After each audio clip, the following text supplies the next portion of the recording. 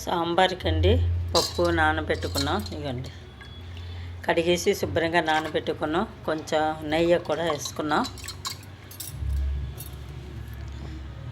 ఇది ఆనపకాయ ముక్కలు, ముల్లంగి దుంపలు అండి. ఇవి కొంచెం ఉప్పు కారం వేసుకున్నాం అనమాట.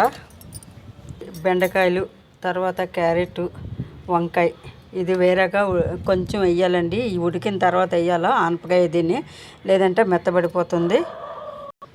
సాంబార్లోకి ములంకాడ తెంపుకుందాం.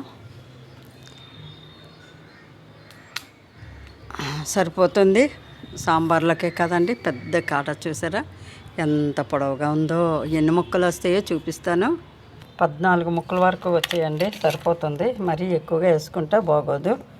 ఒక కాడైతే సరిపోతుంది. ఇవన్నీ కూడా మనం ఉడికించి పెట్టుకుందామండి. చింతపండుని కూడా నానబెట్టుకొని ఉంచుకుంటామండి. బాగా నానిందనుకోండి మనకి పిసుక్కోవడానికి, మెత్తగా అవ్వడానికి బాగుంటుంది. నానబెట్టేసుకున్నాం. ఈ ముక్కల్లో కొంచెం ధనియాలు, జీలకర్ర పౌడర్ కూడా వేసి ఉడికించుకుందాం. ముక్కలు సరిపడగా ఉప్పు వేసుకుందాం. మన చెట్టు కరివేపాకు తీసుకుందాం, ఒక 2 రెమ్మలు.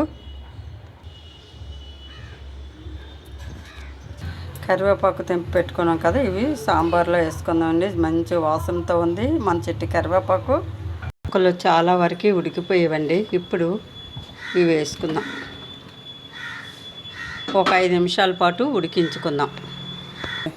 పప్పు అయితే ఉడికిపోయింది. చల్లారాక మనం సాంబార్ పెట్టేసుకోవడమే. అయితే ముక్కలు కూడా ఉడికిపోయేవండి.